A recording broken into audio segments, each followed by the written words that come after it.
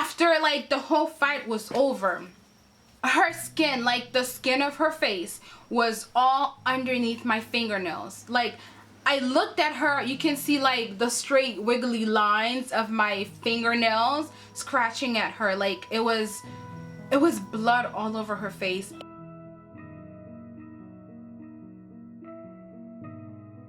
Hi guys, welcome back to our channel. I'm Gigi, and today I have decided to go ahead and do a story time video.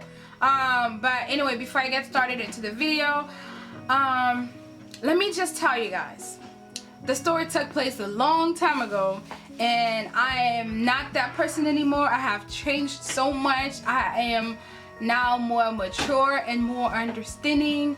I promise I would never lie to you guys. Alright, so before I get the video started, I am going to be sipping on a little tea. I mean, we're in Florida, and let me tell you guys, right now it's like, I believe it's around 60 to 65. So for us, it's cold, and I'm gonna be sipping on my tea. Excuse me for a moment. So anyway, let's just get right into this video. So it all took place back in secondary. I think I was around 7, 8 years old at the time, and like every other children, like any other kids, I was very egocentric. I was very self-centered. I thought the whole world revolved around me. I think that's true for every young person, and I was that person, and I was like kind of like in your face type of person, literally. So anyway, so it was like the first week of school, and my mom, she went out and bought us a bunch of school supply, notebooks, pen, pencil, highlighters, every kind of like school material thing that you can ever think of. My mom got it off us. But anyway, so I think it was on the Tuesday or Wednesday, I completely forgot to bring my pencil. So there was this girl that sat next to me. Her name was Benita. I don't think it was Benita. It was Bertha, or Benita or Bertha, one of the two. We had the same class like the year before that. We also had the same professor the year before that. So the teacher kind of, you know, she knows us, you know. And back then I was like, I think I was smart. I was like one of the top students in my class.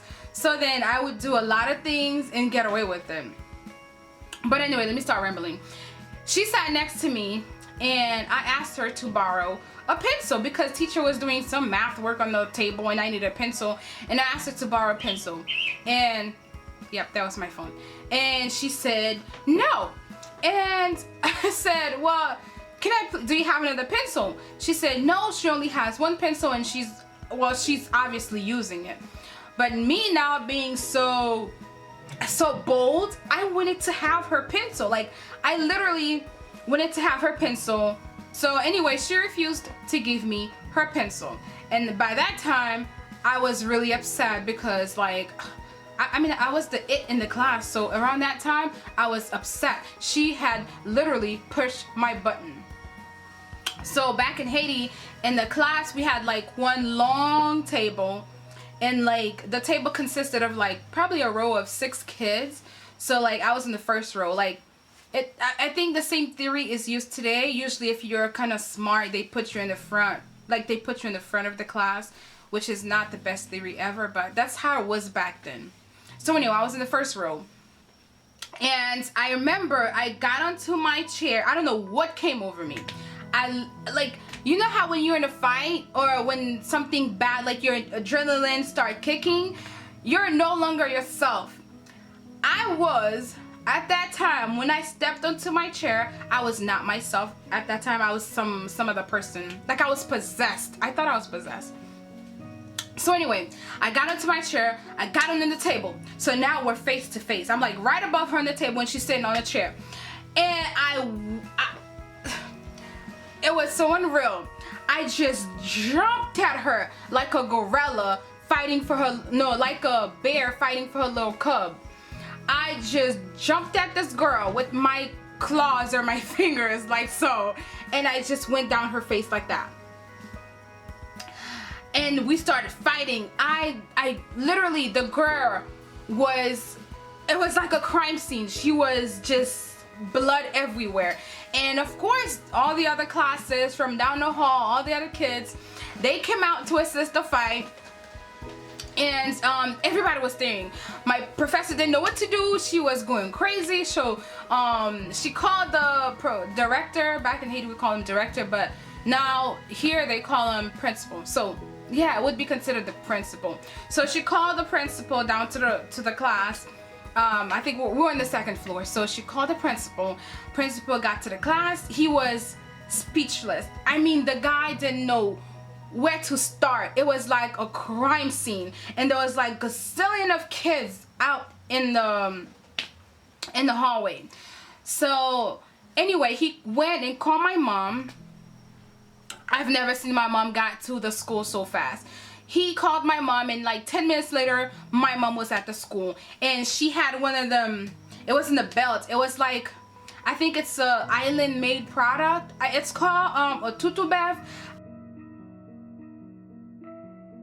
So anyway, she came to the school with one of those things, and back then, or we used to wear uniform because there was like what's it, not private school, like I don't know, like one of these fancy school that you put your kids in. We used to wear dresses, and she got to the school.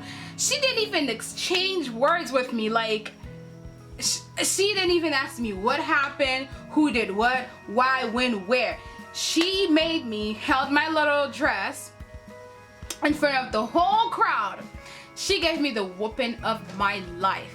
I mean, I was already in blood. So when my mom got done with me, like I had scars, like I still till nowadays I have scars in my legs. So the scars still remind me of like the fight that took place a long time ago.